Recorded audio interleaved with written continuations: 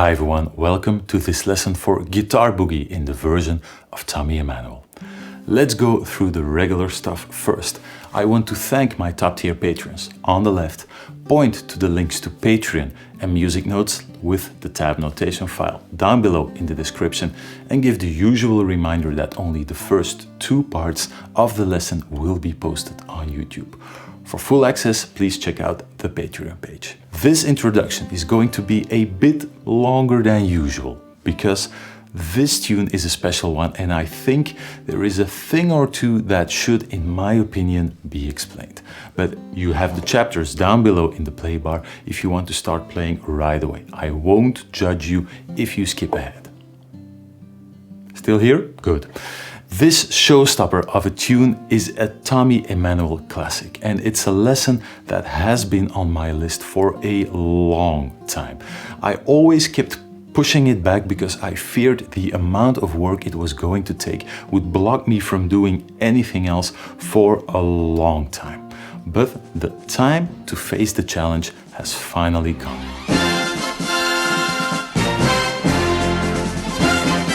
The main obstacle was choosing which version of the tune would serve as the foundation for the lesson. There is always a lot of improvisation going on when Tommy plays this song, so each and every version is different, and sometimes the differences can be considerable. I quickly realized there isn't a definitive version of this song, and everyone will have their favorite rendition. So I went ahead and I picked out three versions. The Live at St. Louis one,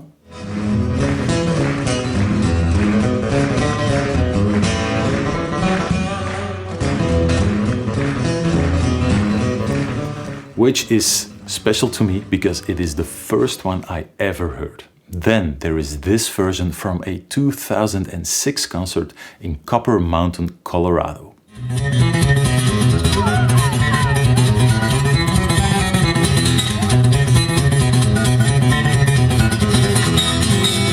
And then this one, the most recent version on Tommy's own YouTube channel.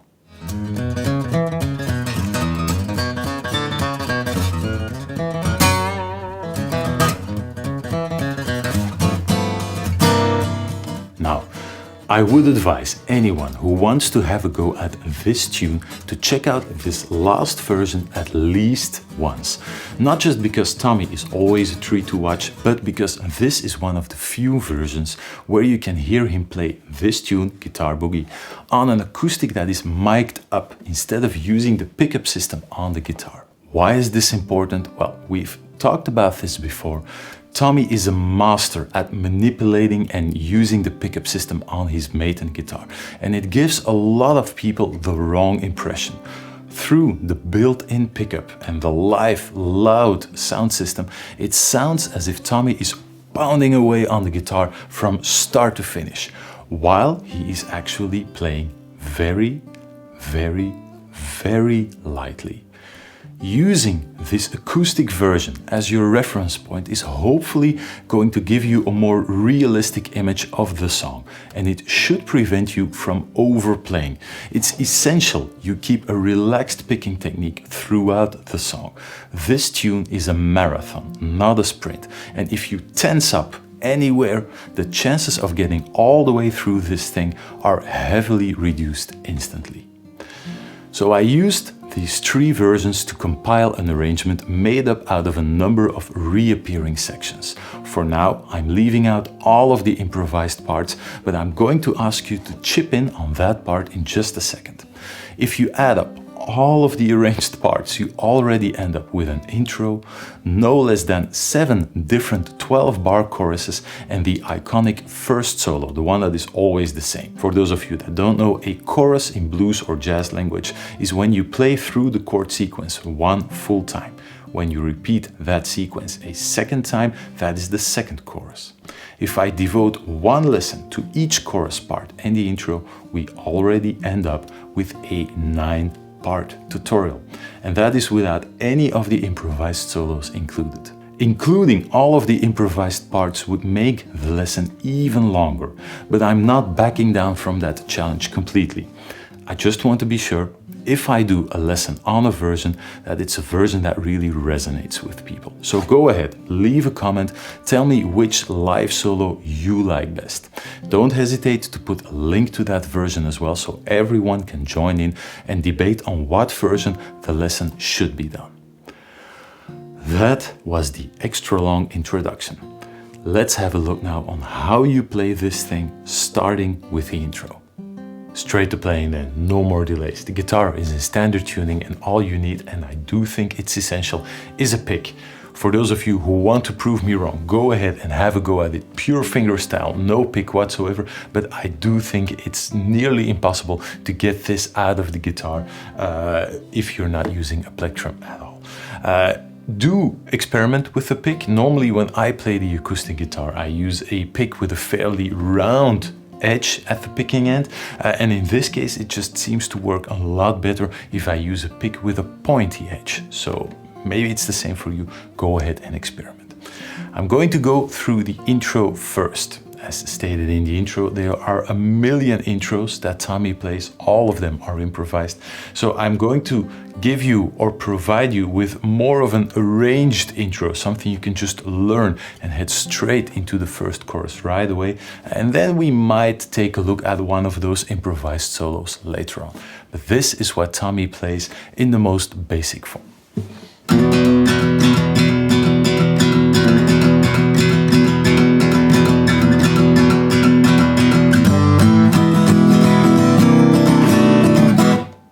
That's it. That was all you needed to do. Not that bad, but as I said, this is more or less the easy version.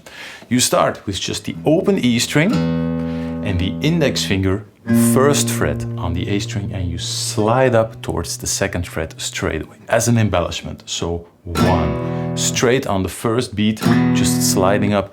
Don't try to turn it into 2 eighth notes, not 1, 2, 3, 4, 1, 2, 3. That's something for the venturers. In this case, just on the first beat, 1, and you stick to that second fret all the way across the next 2 bars. Picking pattern, and this is something you're going to see throughout the whole tune, is just up and down, and it more resembles a sort of a strumming motion rather than a picking motion for separate strings. So I'm really loosely strumming those 2 bass strings. And always the same thing, down, up, down, up, down, up, down, up. 1, 2, 3, 4, 1, 2, 3, 4. When you enter the third bar, you just perform the exact same slide. We do the exact same thing. 1, 2, 3, 4, 1, 2, 3, 4. Those first 4 bars back to back, nothing hard is happening yet. First to fourth bar, 3, 4, 1, 2, 3, 4, 1, 2, 3, 4.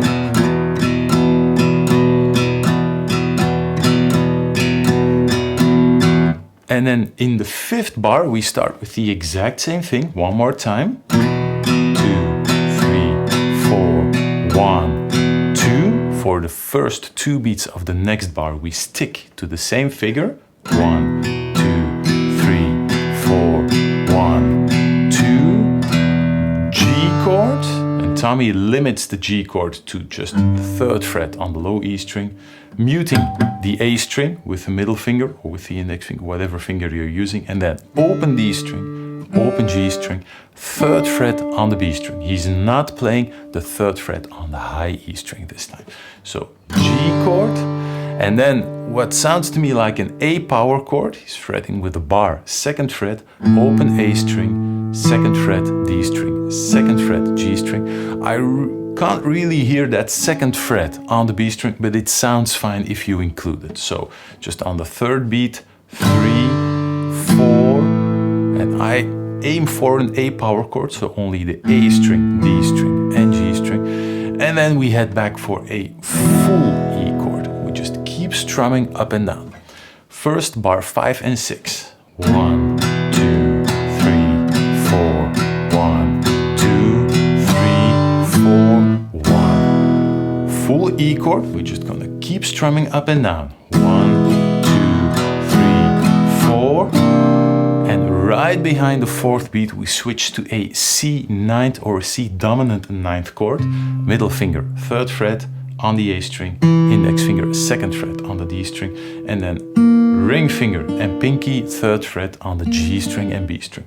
You're going to be using this chord shape a lot throughout the tune, so get it down from the first time around. C dominant ninth. And after that C dominant ninth chord, we're going to switch to the Jimi Hendrix chord, a dominant sharp 9 chord. What is going to happen is you're going to keep the pinky on the third fret and you're going to shift this whole unit down 1 fret, giving you second fret, first fret, second fret, third fret, with the middle finger, index finger, ring finger and pinky. So from C dominant ninth to B dominant 7th, sharp 9. Both of the chord switches are in front of the beat. So you start on that full E chord. 1, 2, 3, 4. 1, 2, 3, 4, 1. And right before the next first beat, back to a full E chord. Now, it's not really a full E chord, that last chord. You're really aiming for a really snappy and short accent on the high E string, B string, and G string. That is all you need. That full E chord that you're strumming, Tommy sort of builds it up. He starts on the bass strings and then starts to widen the strumming pattern so that he catches more and more strings before ending up in the C chord. One more time. 1, 2, 3, 4. 1, 2, 3, 4, 1. See, right before that last beat, really short accent on those 2 top strings. Let me add those last 4 bars back to back with each other.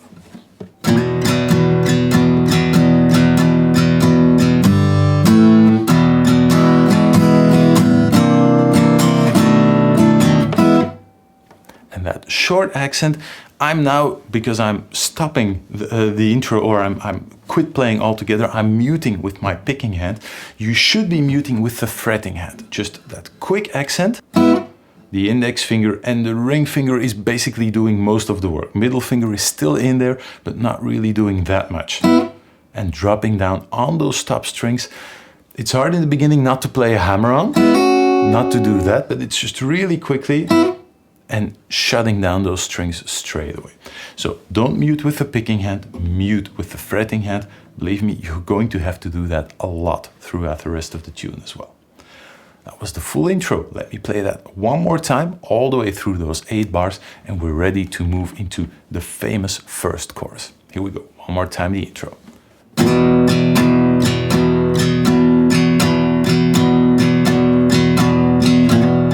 Observe the strumming motion, really loosely, up and down.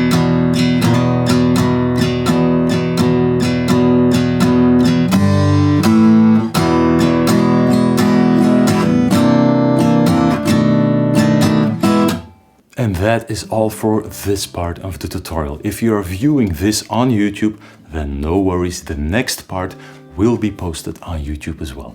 I hope to see everyone there ready to tackle that first full chorus.